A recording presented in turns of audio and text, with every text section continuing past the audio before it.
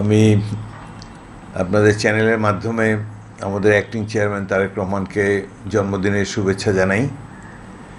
তিনি অল্প সময়ে রাজনীতিতে খ্যাতি অর্জন করেছেন, যথেষ্ট অভিজ্ঞ হয়েছেন এবং তিনি সুচারুভাবে দক্ষতার সাথে বাংলাদেশ জাতীয়তাবাদী দলকে পরিচালনা করছেন।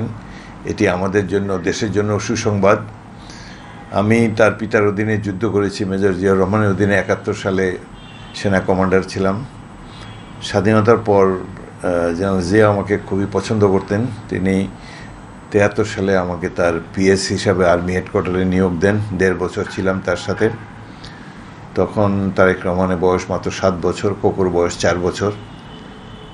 এদেরকে প্রেসিডেন্ট জিয়া খুব কঠিন শাসনের মধ্যে রেখেছিলেন এবং দেওয়ার ইয়াং আর্মি অফিসারদের ছেলেমেয়েরা যেরকম হয়, ইয়াং ডিসিপ্লিন বয়েজ, এবং তারা ধীরে ধীরে তার পিতা মৃত্যুর পর বেগম জিয়াই তাদেরকে লালন পালন করেছেন, সঠিক শিক্ষা দিয়েছেন। অবশেষে পিতা এবং মাতার রাজনৈতিক লিগেসি থেকে তিনি বিএনপি নেতাকর্মীদের আগ্রহের ফলেই বিএনপির শীর্ষ পর্যায়ে দায়িত্ব নিয়েছেন এবং ইতিমধ্যে কেবলমাত্র পারিবারিক ক্ষেত্রে নয়, পারিবারিক উত্তরাধিকার নয়, তিনি ইতিমধ্যে যথেষ্ট যোগ্যতা অর্জন করেছেন বলে আমরা ধারণা করি।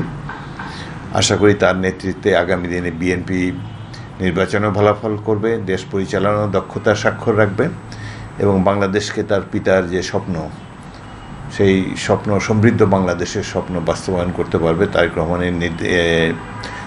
রহমানের নেতৃত্বে। এটাই আমরা আশা করি।